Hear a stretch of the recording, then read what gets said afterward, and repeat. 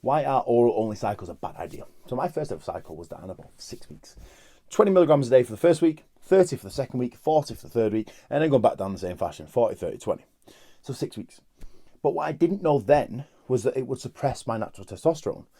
And if I do that, I'm not really gaining very much. Because if my testosterone was, 20 nanomoles and I've dropped it down to 10 or below, which would be borderline candidate for testosterone replacement therapy, I've now gained a little bit of anabolism from the Dianabol, but then I've dropped my testosterone so low that I now feel shit, and then coming off the cycle, I've got to try and recover that damaged testosterone level, which would happen on anything you take.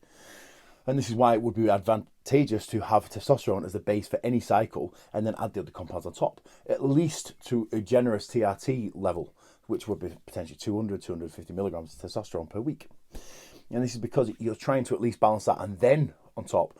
Because like I say, if you add one thing in and then drop this down, you're kind of now here instead of up where you should be, on top of where you currently were. And then I did my second cycle, which was Dianabol and Deca, because this was from a book. This wasn't me. It was 10 years ago from a book I was reading, full of information. Terrible cycle design. Why would you do Deca and Dianabol only as a cycle? So no, lo and behold, 19 years old, couldn't have sex, had a few very embarrassing situations. Why would I be able to? I've got no testosterone in my body. Well, very low anyway at that stage. Plus the issues which Deca could probably cause on its own, especially around without testosterone. And this is why we need to make sure that the cycle is designed properly and don't just run as oral on its own. Because I have it so many times with lads saying, like, I'm just going to Ibiza, or I'm using Ibiza example. I'm just going to Ibiza, I'm just going to take Anavar for 6 weeks, I'm going to look shredded. It's going to help me burn fat, which is incorrect. It doesn't help you burn fat. It doesn't make you look shredded, and its effects wear off so fast that by the time you actually land on the island, it's probably stopped working. So then, as you start to progress in your holiday, and you're not eating and you're partying, you're going to look worse and worse and worse. If you were to actually use an injectable that's going to be a long ester, like a testosterone anthate, that's going to continue working right through the holiday. This is why we don't just do oral-only cycles.